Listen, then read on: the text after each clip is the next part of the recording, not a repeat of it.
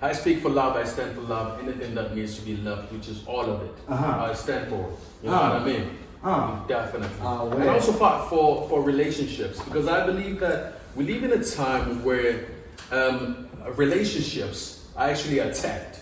You know what I mean? Especially marriage, because everybody's got a free will. I understand that, but these days, so many things are happening, and they have always happened, right? But the problem with these days is that it is so public because of social media. So now we see everything right here on our eyes, like on the phone. And then now we start thinking, no, love is not valid, marriage is not valid, or anything like that. Kandi, senzangangani, bro. Our forefathers, 13, 20 babies, 3 wives. Yeah. They had nothing to do with it. I mean, they don't have individual ambitions to the whole that tough thing there. No, it's I'm just looking at all angles. I mean, what do they have to do? So right now, what you just said is that our forefathers didn't have much to do. The only thing that they focused on was coffee. Well, not much to do. They were not exposed to much, just like we have. You know what I mean?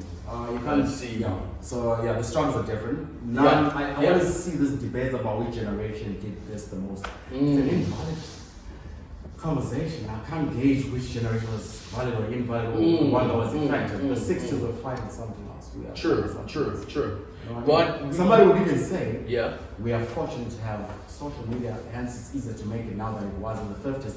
But That's no, true. for somebody who then is not given the opportunities of, it's a very now conversation for me.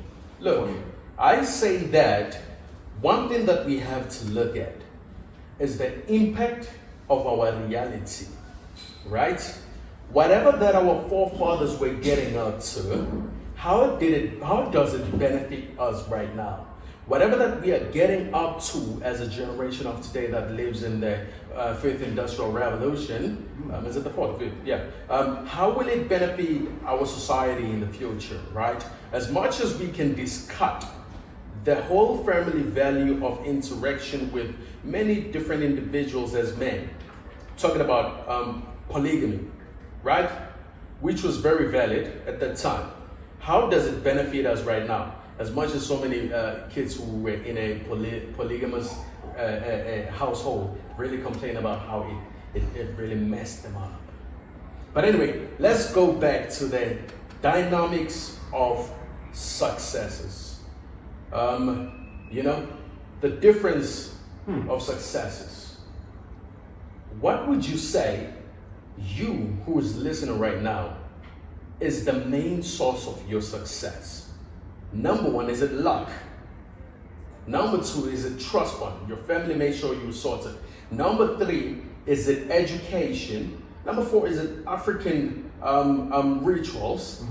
Number 5 is connections. Which one would you say? But even the other one, looking at it, because we are so uncensored, we don't have it all figured out. We want you to play a part of the show. Yeah. Who can really say it's their family that made it accordingly? I mean, people always feel like it takes something away from them. The only person that I know socially famous, Caesar Roma, always talks about how, you know what I mean, he's proud to say that I did. The drummers did good for him to stabilize him and put him on track to actually grow and become. Yes. And then, with that being said, we then jump on to another one and say, okay, education. Some people didn't have the family support, but they made sure that, look, when I read this book and I go to this test or exam, I'm actually going to make sure that I come up. You know what I mean? I produce the best results. Which success rhythm heartbeat makes sense to you? Yes. Within the 4 or outside the 4 we mentioned? Those are what we all identify as personally. 5. 5 of them, If I have to identify, success is a journey, right? It's something that is constantly moving. True. But the best parts of my successes, whether big or small, were just based on belief. Believe on the higher power. So you can say luck. Nah, that's undermining. That's I mean, based on the 5 ones.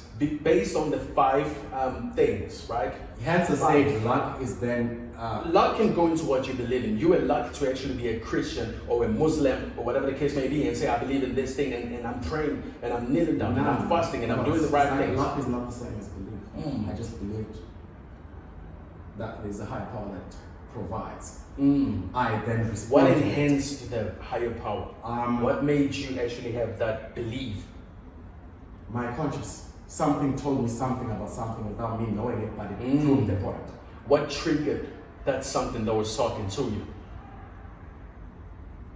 You know? Because, I mean, you can come up and say, look, there was a teacher in my high school that actually put me in front of like 10 kids and said, look, recite your point. And that's where I found that, you know, I went to church and this pastor really spoke the truth into me and I actually started feeling alive. What triggered the belief? You know? What a good question. Yeah. There must be a source. Oh yes. Yeah. Very valid. I can't really put a finger on it, but I can tell you that the minute I started embracing it, the minute it made more sense. Okay. Acknowledging my ancestors. Okay. But mostly believing in Jesus Christ. Okay. Yes. Gotcha. Fully believing in Him, knowing that at the end of the day, when I pray to Him and the prayers I've had, come back to me and get answered. Gotcha. That's it. So you got 2 catalysts that make sure right now that you are actually successful, which is faith and African rituals, based on the 5 ancestors, right? I can't figure out what you're saying. I can't figure out what you're saying. No, I get you. I'm talking about something outside this, but I want to know about you. Tell us. Okay. So with me, based on how I landed on this big round rock, right? There are a couple of catalysts. You want to play music? No, I can't really hear myself. All right. There are a couple of catalysts that played a huge part with me, right? Number 1 being African rituals, right? Ukula batimelo pati. You understand what I mean? Speak to the ancestors. Make sure with you go back to the roots and you talk to them. And I stick by that, and I always say, look, I stand against going deeper into the other stuff of African rituals. But I just want you to tell us. Yes. Number 1 being African rituals and I would say trust fund, right? Why would I say trust fund? Not because I went to the best schools or anything like that, but because the most money I've ever made in my life was when I did something that I never believed in. My father used to take me to his business, which I hated so much. But today, I've made most money with that specific business. Imagine. I really didn't vibe with that bit. I was like, no, I'm tired. You know what I mean? I don't want to be out here. I'm too cool for this. But that business, you know the business. We've changed so many lives with it. We've made so much money with that.